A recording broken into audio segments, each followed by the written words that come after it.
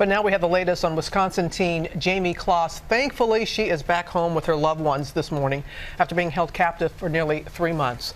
The man accused of kidnapping her and murdering her parents is due in court today. Alex Perez is in Barron, Wisconsin with the latest details. Good morning, Alex.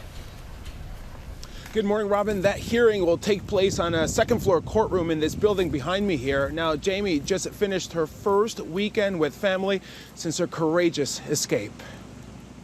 This morning, a first look at the cabin where Jayme Closs was kept during her 3-month ordeal. In photos as seen on thedailymail.com, a basement room shown with a dirty mattress and bedding on the floor. Children's toys and backpacks seen piled up. Overnight, Closs's family speaking out. You can tell that she's not quite the same. The teen reunited with her family Friday, one day after escaping from this isolated home in Gordon, Wisconsin, 70 miles from where she first disappeared. I was the first one she gave a hug to.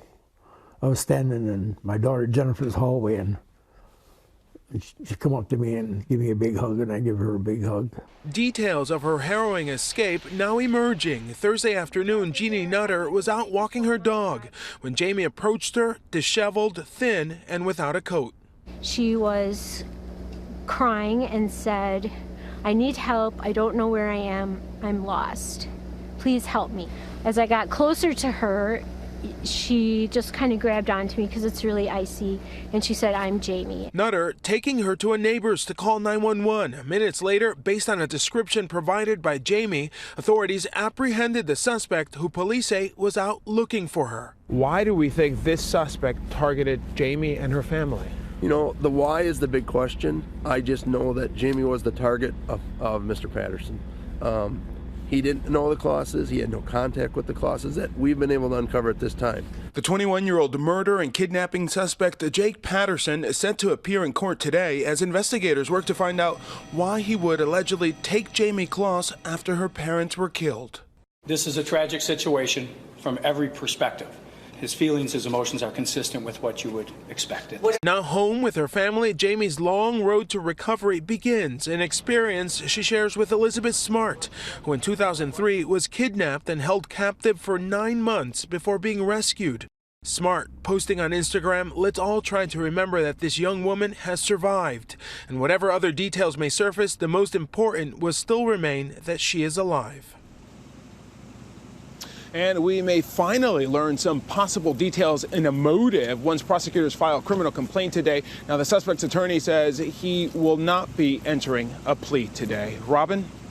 All right, Alex, thank you. And Elizabeth Smart, a child advocate, joins us now. Elizabeth, thank you so very much for being with us. What were your initial thoughts when you heard that Jayme had been found alive?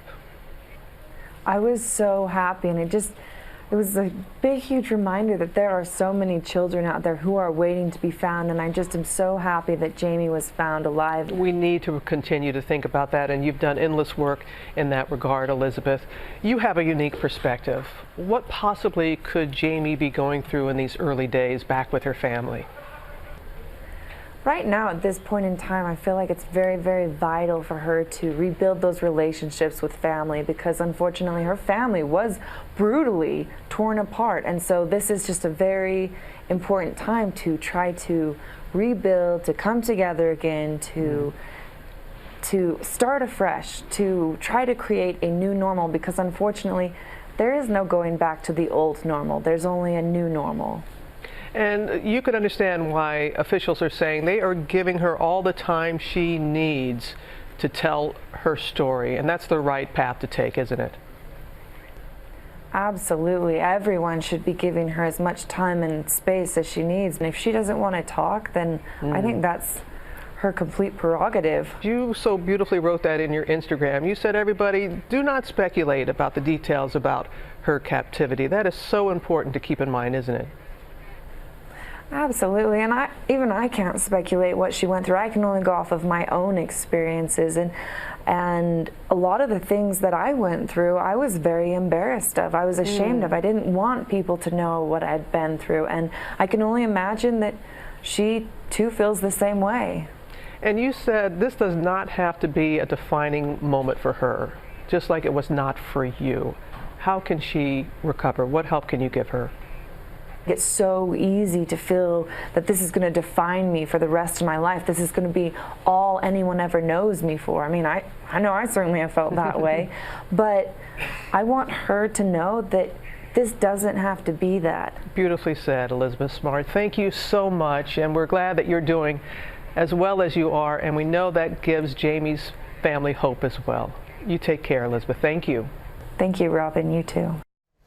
And Elizabeth was saying, getting the message out, we cannot forget about all the missing children, and hopefully that they can have that kind of reunion as Jayme has with her family. Yeah, some hard-won wisdom there. Yes. Hi, everyone. George Stephanopoulos here. Thanks for checking out the ABC News YouTube channel. If you'd like to get more videos, show highlights, and watch live event coverage, click on the right over here to subscribe to our channel. And don't forget to download the ABC News app for breaking news alerts. Thanks for watching.